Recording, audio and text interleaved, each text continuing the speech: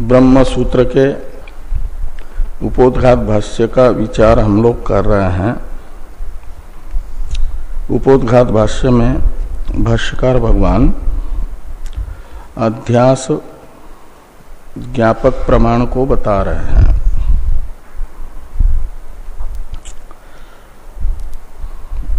अध्यास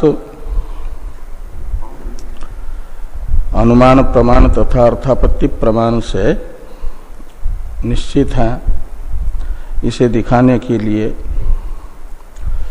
अध्यास तथा प्रमाण प्रमेय व्यवहार इनका कार्य कारण भाव बताया गया और कार्यम दृष्ट्वा कारणम अनुमीयते के अनुसार अध्यास का कार्य प्रमाण प्रमेय व्यवहार को देख करके उसका कारण अध्यास का अनुमान से निश्चय होगा। जैसे धूम को देख करके जिस स्थान पर वह्नि का संदेह हो रहा है वहाँ धूम दर्शन वह्नि का निश्चायक होता है। ऐसे अध्यास का कार्य प्रमाण प्रमेय व्यवहार अनुभव में आ रहा है तो वह अपने कारण अध्यास का भी निश्चायक बनेगा। और ये अनुभूयमान व्यवहार अन्यथा अनुपपत्तियां भी उसका कारणभूत अध्यास अर्थापत्ति प्रमाण से निश्चित होगा। इसे ध्यान में रख करके ये कहा गया कि आत्मा में प्रमातृत्व स्वतः नहीं है। देह इंद्रियादि में अहम मम अध्यास पूर्वक है। देह इंद्रियादि में आत्मा का अहम अध्यास मम अध्यास होने से ही आत्मा में प्रमातृत्व आता है और प्रमातृत्व के बिना प्रमाण की प्रवृत्ति नहीं होती और प्रमाण प्रवृत्ति के बिना प्रमा उत्पन्न नहीं होती और बिना प्रमा के प्रमेय व्यवहार नहीं होता। तो इस क्रम से देहादि में अहम मम अध्यास मूलक ही प्रमाण प्रमेय व्यवहार है। इसे भगवान भाष्यकार बता रहे हैं। तो पहले तो कहा कि देह में अहम अध्यास मात्र को ही व्यवहार का कारण मान लो। इंद्रियों में मम अध्यास की क्या आवश्यकता है प्रमाण व्यवहार के लिए। तो इसका उत्तर देते हुए नहीं इंद्रियाणि अनुपादाय प्रत्यक्षादि व्यवहार संभवति, इस वाक्य से भाष्यकार भगवान ने कहा जब तक इंद्रियों में मम अध्यास नहीं होगा तब तक प्रत्यक्षादि प्रमाणों का व्यवहार नहीं होता है, ने प्रमा उत्पादन के लिए प्रवृत्ति नहीं होती। इसलिए इंद्रियों में मम अध्यास की भी आवश्यकता है। तो कहा फिर इंद्रियों में अध्यास से ही प्रमाण प्रवृत्ति हो रही है, व्यवहार की सिद्धि हो रही है, तो शरीर में अहम अध्यास की आवश्यकता नहीं है। कारण केवल इंद्रिय में अध्यास को मान लो। इसका उत्तर देते हुए न च अधिष्ठानम अंतरेण इंद्रियाणाम व्यवहार संभवति, ये कहा गया इंद्रियों में अपने अपने गोलकों में स्थित होने पर ही स्वस्व विषय ग्रहण रूप व्यापार देखा जाता है और अपने अपने आश्रय में स्थित न हो, यदि गोलकों में स्थित इंद्रियां न हो तो कोई व्यापार नहीं होता है। इसलिए माना जाएगा कि इंद्रियां व्यापारवान हो जाए, व्यापार में प्रवृत्त हो जाए, इसके लिए आवश्यक है उनका गोलकस्थ होना और उनका गोलक है स्थूल शरीर। तो कहा फिर आत्म संयुक्त शरीर को ही इंद्रियों का गोलक मान लो। आश्रय मान लो। आत्मा का शरीर में तादात्म्य अध्यास मानने की क्या आवश्यकता है? शरीर के साथ आत्मा का संयोग संबंध मान लो। वैशेषिकों ने शंका की, लेकिन भाष्यकार भगवान ने कहा कि न च अनध्यस्त आत्मभावेन देहेन कश्चित व्याप्रियते। केवल शरीर के साथ आत्मा का संयोग होने मात्र से व्यवहार सिद्ध नहीं होता। नहीं तो वैशेषिकों के अनुसार सभी आत्माएं विभू होने के कारण सब शरीरों के साथ सभी आत्माओं का संयोग ही है। तो मानना पड़ेगा सभी आत्माएं सभी शरीर से व्यवहार कर रही है। ये अनिष्टापत्ति है। ये मानना कि शरीर विशेष से ही आत्म विशेष का व्यवहार होगा, उन्हें अभिष्ट है उन्हें भी। तो इस प्रकार शरीर विशेष ही आत्म विशेष का व्यवहार का कारण जिस संबंध से बनेगा ऐसा संबंध मानना पड़ेगा आत्मा का शरीर के साथ। संयोग तो सभी शरीर के साथ है, वो होगा तादात्म्य संसर्ग ही। और वो तादात्म्य संसर्ग आत्मा असंगो ही अयम पुरुष श्रुति के दृष्टि में असंग होने के कारण स्वतः तादात्म्य संबंध बन नहीं सकता। और यदि है व्यवहार का उपादक तो वो आध्यासिक मानना पड़ेगा, अविद्यखी मानना पड़ेगा। ये अभिप्राय था न च अनध्यस्त आत्मभावेन देहेन कश्चित व्याप्रियते पंक्ति का। और न च एतस्मिन् सर्वस्मिन् असति असंगस्यात्मन प्रमातृत्वम उपपद्यते। ये वाक्य भाष्कर भगवान ने उस आशंका का निराकरण करने के लिए लिखा कि किसी ने कहा आशंका की शरीर आदि में अहम मम अध्यास जो मान रहे हैं वो किस लिए माना जा रहा है? इसीलिए कि आत्मा में प्रमातृत्व उपपन्न हो, सिद्ध हो। तो शरीर इंद्रियों में अहम मम अध्यास माने बिना भी यदि आत्मा में प्रमातृत्व सिद्ध हो जाए तो फिर अध्यास, ये प्रमातृत्व अन्यथा सिद्ध होने से अध्यास कार्य सिद्ध नहीं होगा। प्रमातृत्व तो आत्मा तो चेतन है, चेतन होने से उसमें प्रमातृत्व स्वतः होगा। स्वतः प्रमातृत्व होने से अहम शरीर में तादात्म्य अध्यास, इंद्रियों में मम अध्यास मानने की आवश्यकता नहीं है। इस प्रकार की शंका जिन लोगों ने की है उन लोगों को फिर दो विकल्प करके भाष्यकार भगवान ने पूछा एक प्रकार से सिद्धांतियों ने कि आत्मा में प्रमातृत्व का क्या स्वरूप है। प्रमातृत्व यानी प्रमाश्रयत्व। तो प्रमाश्रयत्व ये प्रमातृत्व है, तो प्रमा का क्या स्वरूप है? जिस प्रमा का आश्रय बनने से आत्मा प्रमाता कहलाता है, उस प्रमा का क्या स्वरूप है? तो नित्य चिन्ह मात्र ही प्रमा का स्वरूप यदि मानता है तो आश्रय आश्रयी भाव संबंध नहीं बन पाएगा। फिर सिद्धांत में नित्य चिन्ह मात्र स्वरूप आत्मा भी है और प्रमा भी आत्मा का स्वरूप भूत नित्य चिन्ह मात्र ही होगी, तो प्रमा आश्रय आत्मा नहीं बनेगा, प्रमा स्वरूप ही होगा। एक में आश्रय आश्रय भाव संबंध नहीं होता। इसलिए प्रमा आश्रयत्व रूप प्रमातृत्व प्रथम पक्ष के अनुसार सिद्ध नहीं होगा। और वृत्ति मात्र प्रमा का स्वरूप है। विषय और प्रमाण के संसर्ग से उत्पन्न हुई जो घटाद्याकार चित्त की वृत्ति है, वो वृत्ति मात्र ही प्रमा है, वह जन्य है।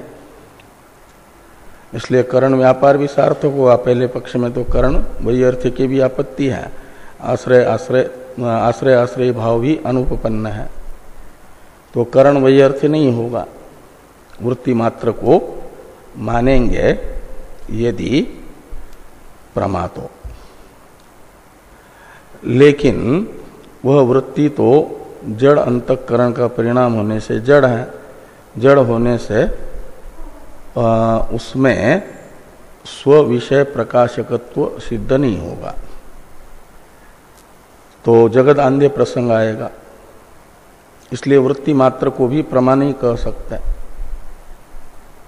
तो फिर प्रमा का स्वरूप क्या होगा? तो मानना पड़ेगा वृत्ति इद्ध बोध प्रमा है, साभास चित्त वृत्ति, वृत्ति अभिव्यक्त चैतन्य, ये प्रमा है। तो और उस प्रकार की प्रमा के आश्रय को कहा जाता है प्रमाता। तो वृत्ति अभिव्यक्त चैतन्य प्रमा है यदि साभास वृत्ति, तो वृत्ति तो रहेगी अंतःकरण का परिणाम होने से अंतःकरण के साथ, अंतःकरण अन्वयी है। और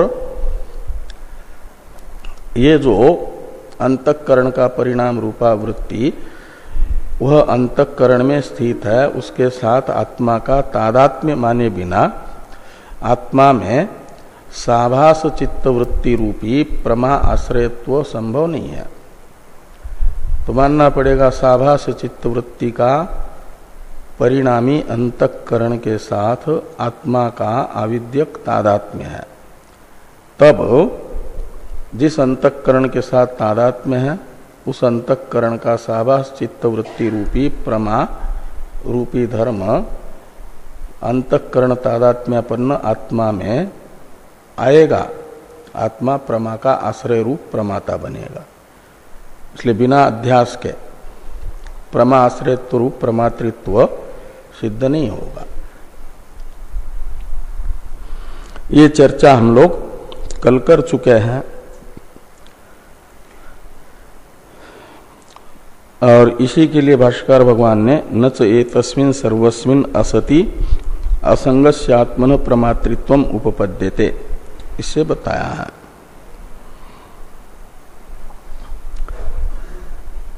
ये तस्मिन् सर्वस्मिन् इन सर्वनामों से अपेक्षित है देहाध्यास और देहधर्माध्यास। ये टीका में टीकाकार ने देहाध्यासे तद्धर्माध्यासे च असति इसे बताया है।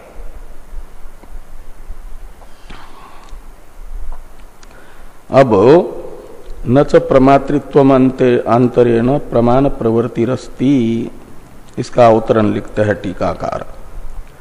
तर्हि आत्मनः प्रमातृत्वम मास्तु इति वदन्तम प्रति आह न चैति। कहते हैं आत्मा में प्रमातृत्व अध्यास के बिना अनुपपन्न है, यदि सिद्ध नहीं हो सकता, यदि तो प्रमातृत्व ही आत्मा में मत मान लो। मास्तु प्रमातृत्वम, यानी आत्मा को प्रमाता न माना जाए, कोई जरूरत नहीं है प्रमाता मानने की, ऐसा यदि कहते हैं तो इसका उत्तर देने के लिए भाष्कर भगवान ने वाक्य लिखा कि न च प्रमातृत्वम अंतरेण प्रमाण प्रवृत्तिरस्ति। कहते प्रमाता नहीं होगा तो प्रमाण है प्रमा का करण, उसका प्रवर्तक कौन बनेगा? और करण में स्वतः प्रवृत्ति नहीं देखी जाती। कुठार आदि में काष्ठ छेदन के लिए स्वतः प्रवृत्ति नहीं होती, काष्ठ छेदता रूपी जो कर्ता है उससे प्रेरित कुठारादि में काष्ठ छेदन अनुकूल व्यापार होता है, प्रवृत्ति होती है। ऐसे प्रमाता के बिना, प्रमा का करता है प्रमाता, तो प्रमाता की प्रेरणा से ही चक्षुरादि करण रूप प्रमाण प्रमा उत्पत्ति में प्रवृत्त होंगे, अन्यथा नहीं हो पाएंगे। इसलिए प्रमाण की प्रवृत्ति बिना प्रमाण के प्रवर्तक प्रमाता के असंभव है। इसलिए प्रमातृत्व मास्तु ये नहीं कह सकते।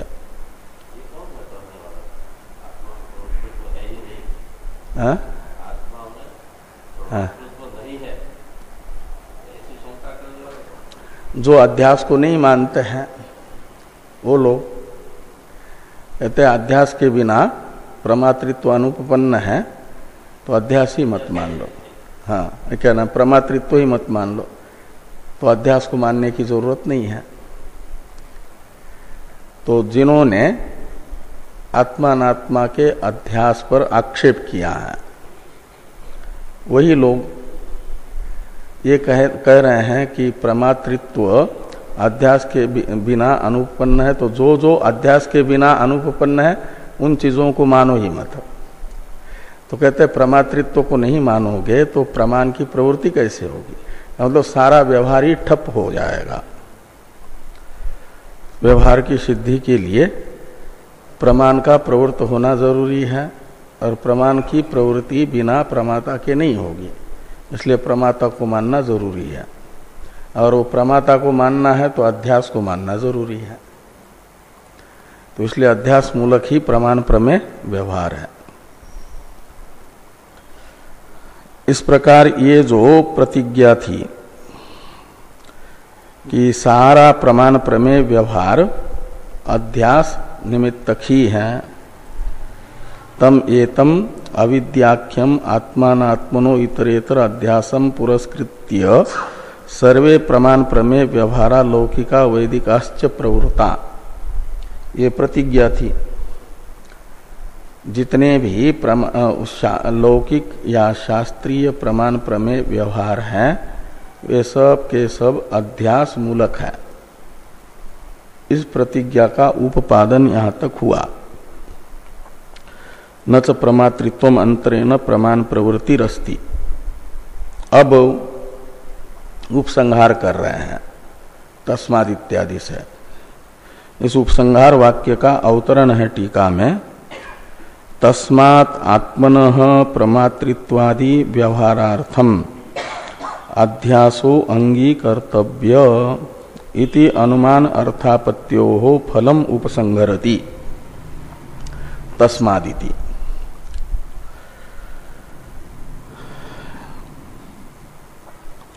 तो आत्मा में प्रमातृत्व व्यवहार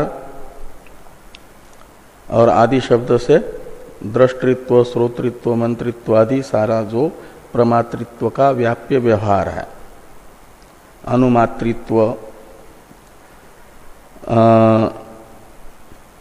श्रोतृत्व आदि ये सब व्यवहार की उपपत्ति के लिए क्या करना पड़ेगा? अध्यास को जरूर स्वीकार करना पड़ेगा। ये कहते हैं कि प्रमातृत्वादि व्यवहारार्थम अध्यासो अंगीकर्तव्य। ये अनुमान प्रमाण और अर्थापत्ति प्रमाण का फल हुआ अध्यास की सिद्धि। व्यवहार हेतुत्वेन रूपेण अध्यास का निश्चय, ये अर्थापत्ति प्रमाण एवं अनुमान प्रमाण का फल है। अनुमिति प्रमा, अर्थापत्ति प्रमा, उसका उपसंहार वाक्य है तस्मात् इत्यादि। तो तस्मात् अविद्यावद विषयानि एव प्रत्यक्षादीनि प्रमाणानि शास्त्राणि च। तो तस्मात् यानी अनुमान प्रमाण तथा अर्थापत्ति प्रमाण के विद्यमान होने से, अनुमान प्रमाण तथा अर्थापत्ति प्रमाण से व्यवहार मात्र अध्यास का कार्य है, ये निश्चित होने से अविद्यावद विषयानि एव प्रत्यक्षादीनि प्रमाणानि शास्त्राणि च।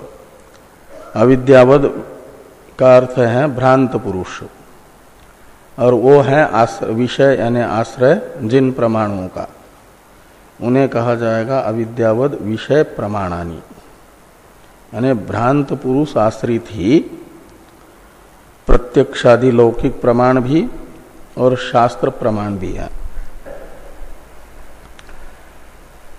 अज्ञानी जनों को समझाने के लिए ही लौकिक प्रमाण भी है ज्ञान कराने के लिए, और शास्त्र प्रमाण भी ज्ञानियों को समझाने के लिए नहीं, अज्ञानी को समझाने के लिए है। अज्ञानी है भ्रांत, इसलिए अविद्यावद विषयानी एव प्रत्यक्षादीनि प्रमाणानि शास्त्रानि च। तस्मात् शब्द का अर्थ करते हैं टीकाकार प्रमाण सत्वात इत्यर्थ। टीका में तो वो प्रमाण कौन सा? अर्थापत्ति प्रमाण, अनुमान प्रमाण। विद्यमान होने से ये समझना भ्रांत पुरुष आश्रित ही लौकिक तथा वैदिक प्रमाण है, वेद प्रमाण है।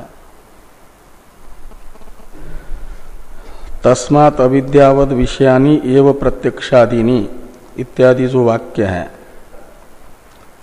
इसका प्रकारांतर से भी अवतरण लिखते हैं टीकाकार। एक तो अवतरण अभी ये हुआ नहीं, होता है हाँ कई जगह है। तो प्रकारांतर से अवतरण लिख रहे हैं, क्योंकि पहले दो ये जो कथम पुनः अविद्यावद विषयानि प्रत्यक्षादीनि प्रमाणानि शास्त्रानि च, ये जो प्रश्न था, ये दो प्रकार से प्रश्न हुआ था। एक आक्षेप रूप अर्थ लगा में किया था, प्रामाण्य पर आक्षेप प्रत्यक्षादि प्रमाणों के, और एक प्रमाण विषयक था। तो प्रमाण विषयक प्रश्न का उत्तर दे दिया। अब प्रामाण्य पर जो आक्षेप था उसका समाधान कर रहे हैं। ये टीका में कथम इसका वो बताया था ना,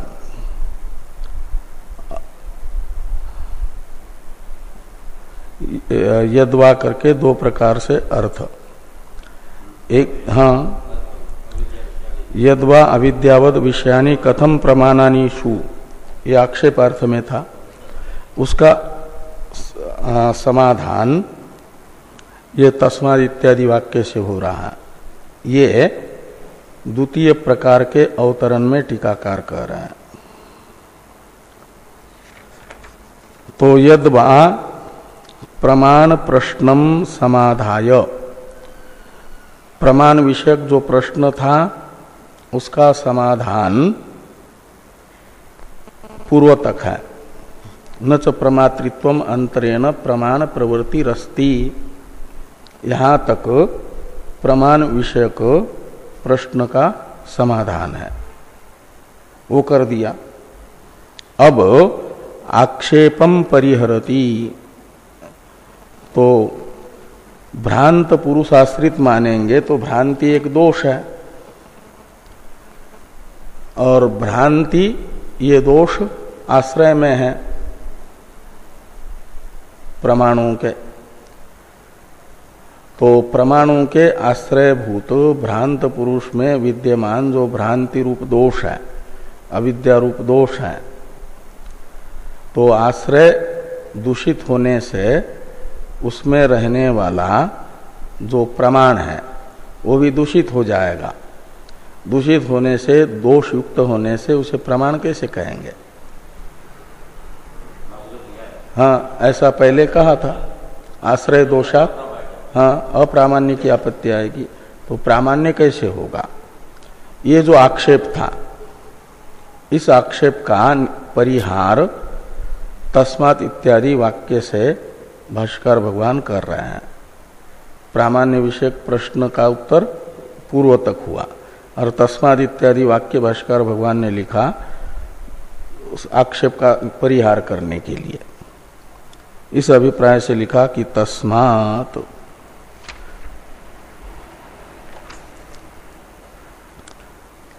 तो तस्मात् इसका अर्थ करते हैं टीकाकार कि अहम इति अध्यासस्य प्रमात्र अंतर्गतत्वेन अदोषत्वात् अविद्यावद आश्रयानि अपि प्रमाणानि एव इति योजना। अदोषत्वात् यहाँ तक तस्मात् का अर्थ है। कहते ये प्रमाणों में प्रामाण्य की सिद्धि बिना प्रमाता के होगी ही नहीं।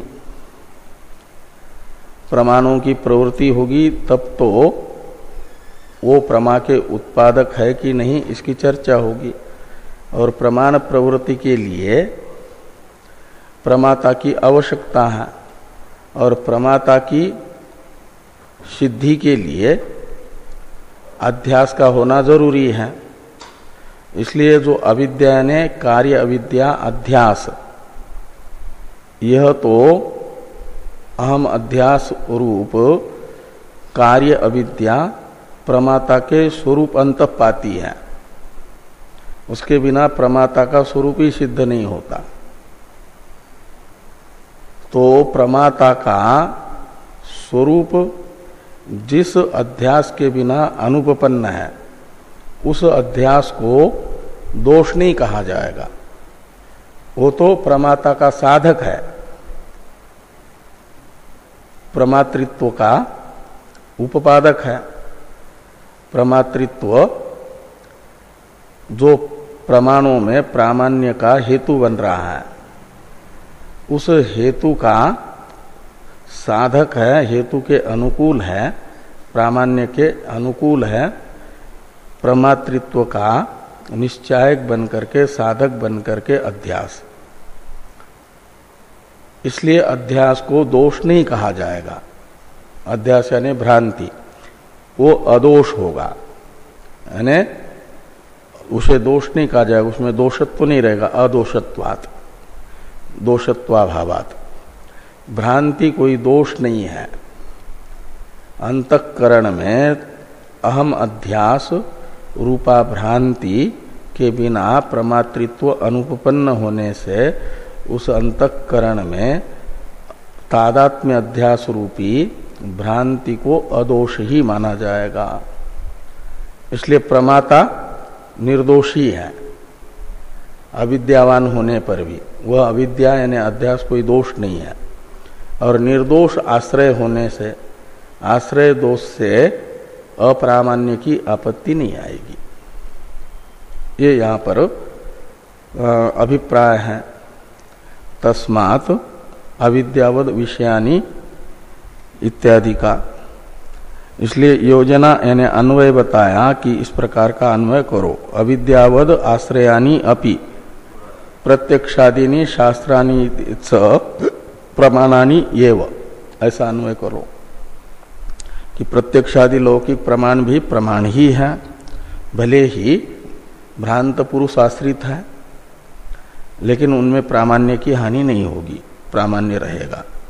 और ये जो शास्त्र है वह भी अविद्यावद विषय होने पर भी प्रमाण ही रहेगा, उसमें अप्रामाण्य की आपत्ति नहीं आएगी, क्योंकि आश्रय निर्दोषी है। पूर्व पक्षी को प्रमाता का साधक जो अहम अध्यास है अंतःकरण में, वह दोष प्रतीत हो रहा था। लेकिन सिद्धांति ने कहा वो तो प्रमातृत्व के अनुकूल होने से दोष नहीं है, गुण है वो, प्रमातृत्व का साधक होने से। ओह, वो तो सारा संसार ही दोष है, प्रमातृत्व ही दोष है, तो उसके बिना तो फिर प्रामाण्य ही। हाँ हाँ, ये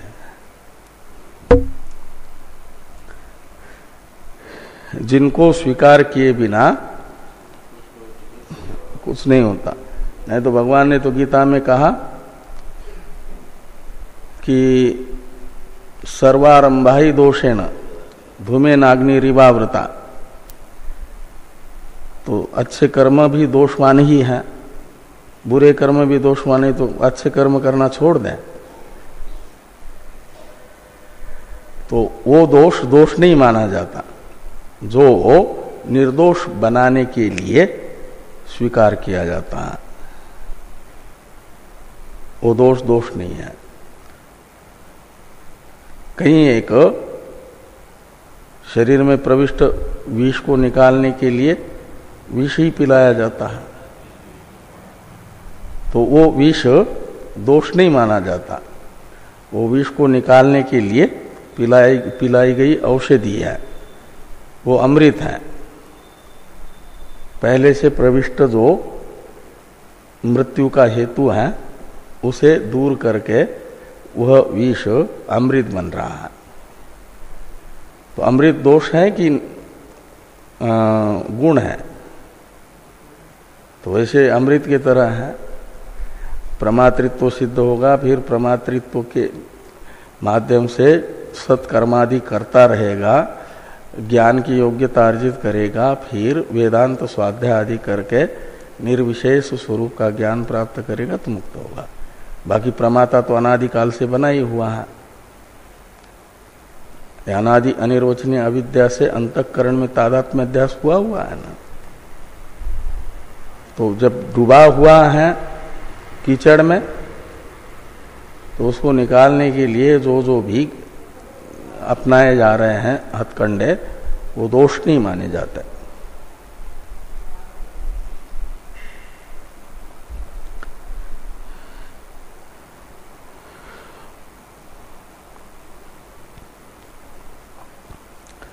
तो अहम इति अध्यासस्य प्रमात्र अंतर्गतत्वेन अदोषत्वात् अविद्यावद आश्रयानि अपि प्रमाणानि एव इति योजना। आगे हैं सती प्रमातरी पश्चात भवन दोषः इति उच्यते यथा काचादि। यदि प्रमातृत्व की सिद्धि हो जाए उसके पश्चात यदि प्रमाता में कोई दोष आ जाए तो वे दोष माने जाते हैं दोष, वे प्रामाण्य के प्रतिबंधक होते हैं, उससे प्रामाण्य सिद्ध नहीं हो पाता। जैसे काचादि यानी आंख में काच कामलादि दोष हो जाता है ना, तो उससे फिर वस्तु जैसी है ऐसी न दिख करके अलग सी दिखती है। तो वो जो काच कामलादि दोषों से दूषित नेत्रादि से ज्ञान होगा वस्तुओं का, वह प्रमा नहीं होगा, परमात्मक नहीं होगा।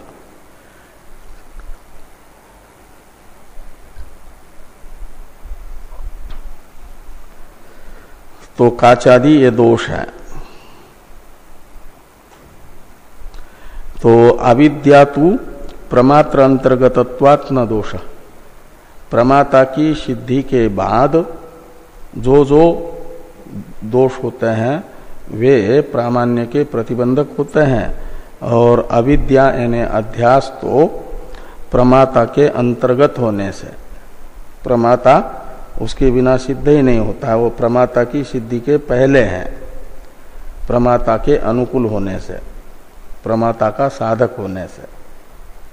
अध्यास हुआ अंतःकरण में तो प्रमाता बना, इसलिए प्रमाता के अंतःपाती हुआ ना, इसलिए वो दोष नहीं है।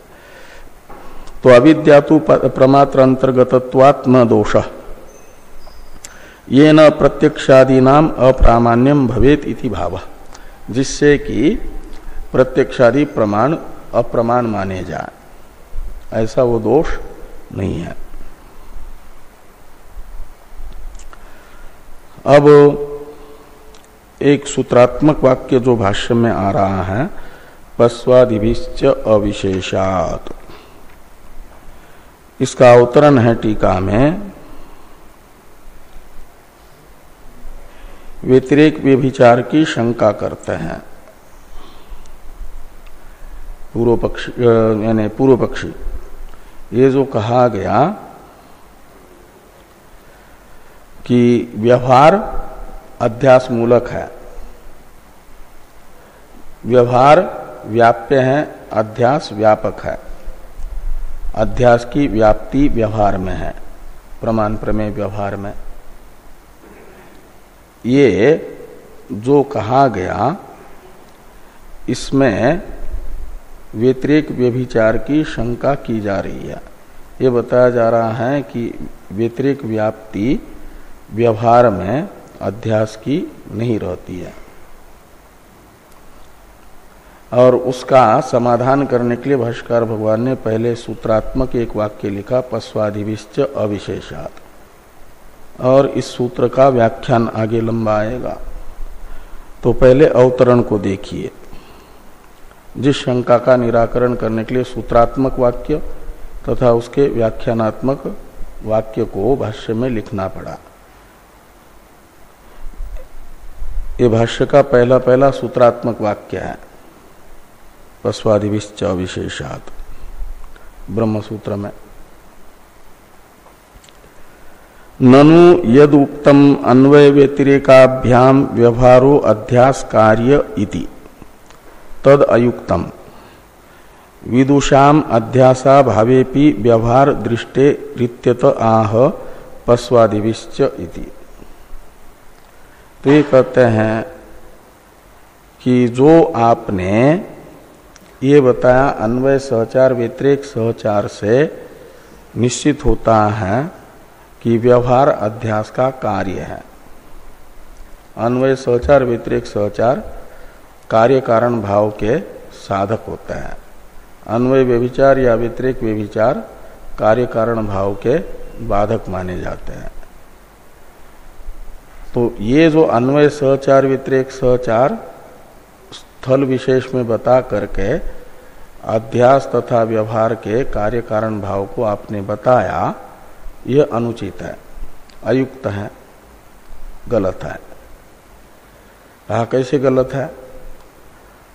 तो कहा व्यतिरेक सहचार होना चाहिए ना, कहीं पर भी अध्यास न हो तो वहां व्यवहार नहीं होना चाहिए।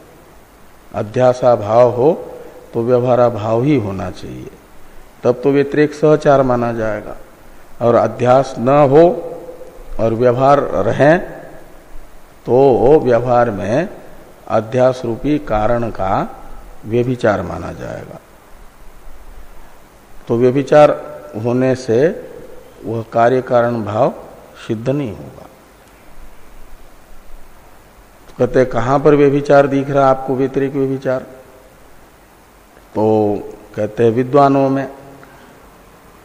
विद्वानों में अध्यास नहीं है, लेकिन विद्वानों का भी व्यवहार होता है।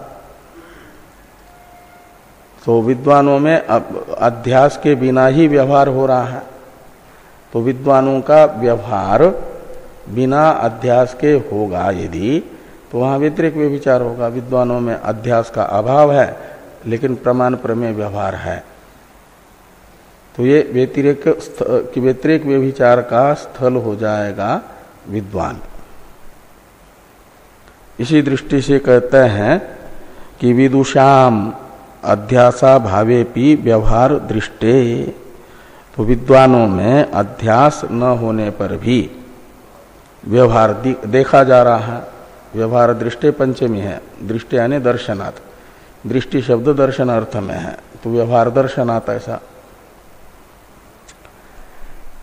इसलिए हम कह रहे हैं कि व्यवहार अध्यास का कार्य है। अध्यास तथा व्यवहार में कार्य कारण भाव जो आप बता रहे हो वो अयुक्त है। इस प्रकार की शंका का निराकरण करने के लिए भाष्कर भगवान ने यह सूत्र वाक्य लिखा है, पश्वादिभिश्च अविशेषात्। पश्वादिभिश्च अविशेषात्, यह है ना। इसमें अविशेष शब्द का अर्थ होता है सामान्य। तो पश्वादि के साथ विद्वानों का भी सामान्य है, समानता है, तुल्यता है व्यवहार काल में। व्यवहार काल में पश्वादि में अध्यास निश्चित है। पश्वादि जागृत और स्वप्न में अपने कार्यकरण संघात को ही तादात्म्य अध्यास करके उसमें और मम अध्यास करके व्यवहार करते हैं। तो अध्यास मूलक व्यवहार है अविवेकी का। पश्वादि का अर्थ है अविवेकी।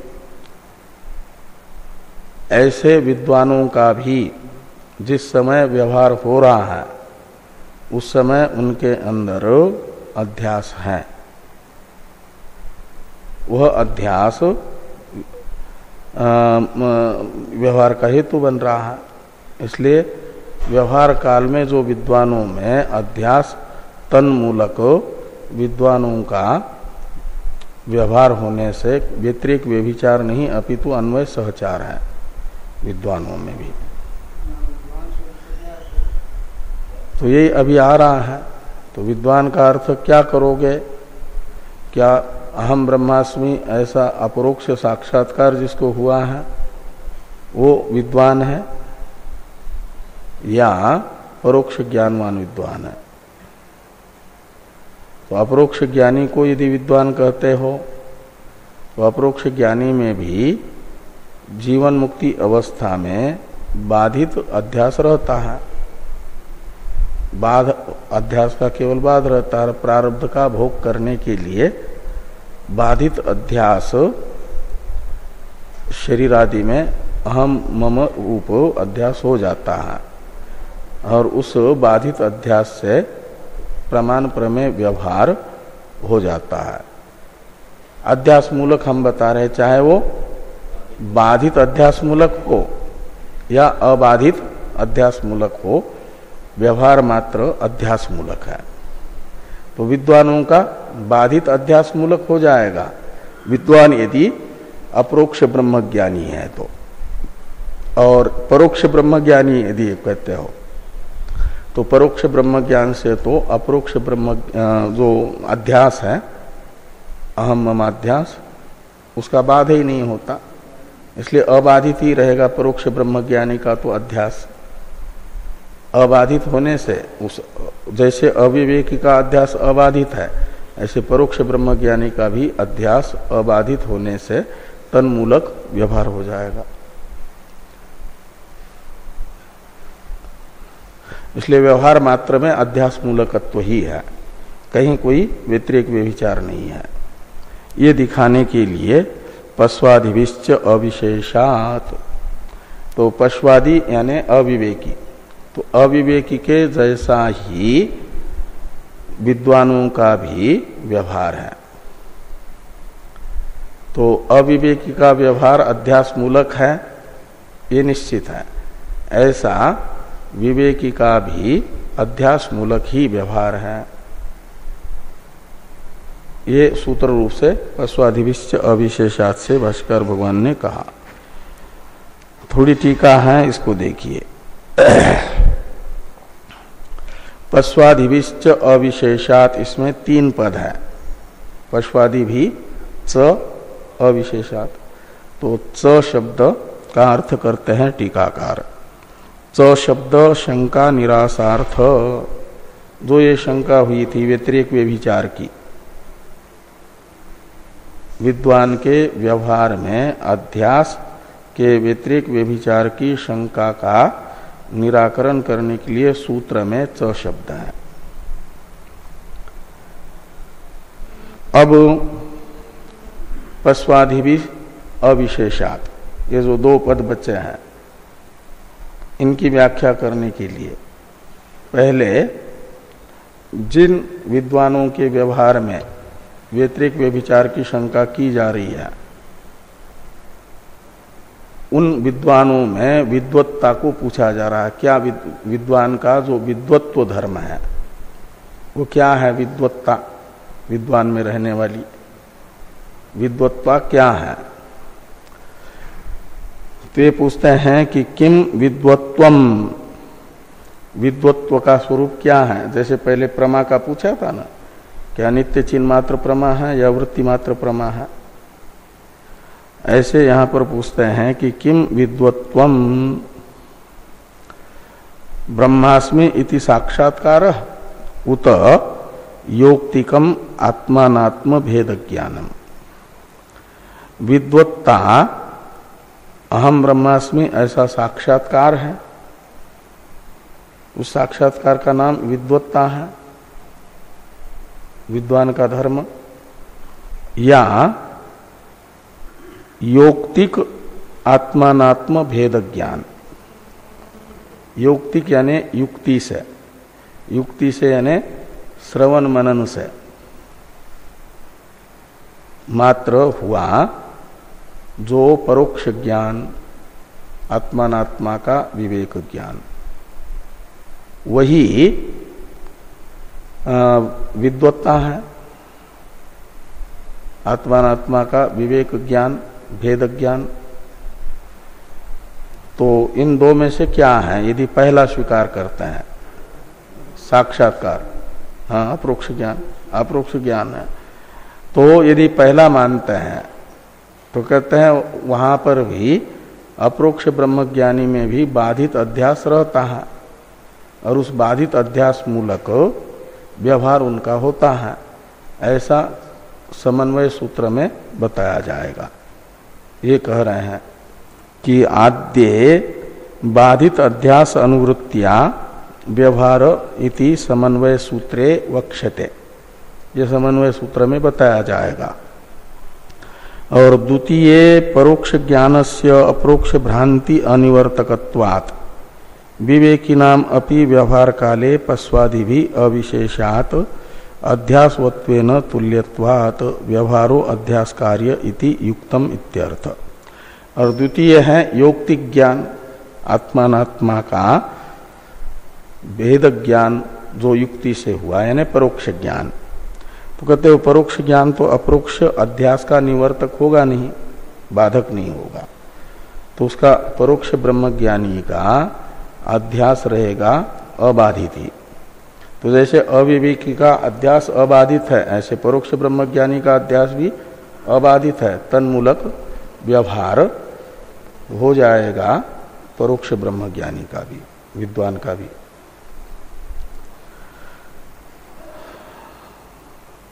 तो विवेकिनाम अपि व्यवहार काले पश्वादि भी अविशेषात, तो अविशेषात का अर्थ है समानत्वात्। वो अविशेषात शब्द का ही अर्थ करते हैं अध्यासवत्वेन तुल्यत्वात्। तो जैसे पश्वादि अध्यासवान है, ऐसे व्यवहार के समय अपरोक्ष ब्रह्मज्ञानी भी और परोक्ष ब्रह्मज्ञानी भी अध्यासवान है। दोनों में अंतर इतना है कि अपरोक्ष ब्रह्मज्ञानी बाधित अध्यासवान है और परोक्ष ब्रह्मज्ञानी तथा अविवेकी बाधित अध्यासवान है, लेकिन है अध्यासवान व्यवहार के समय सबके सब, परोक्ष ज्ञानी भी, अपरोक्ष ब्रह्मज्ञानी भी और अविवेकी भी। बाकी उनके अध्यास में अंतर है, एक का है बाधित, एक का है अबाधित।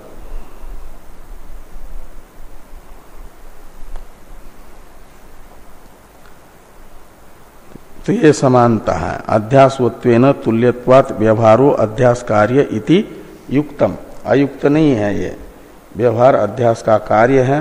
ये जो हमने कहा यह युक्ति युक्त ही है, सुसंगत ही है, असंगत नहीं है।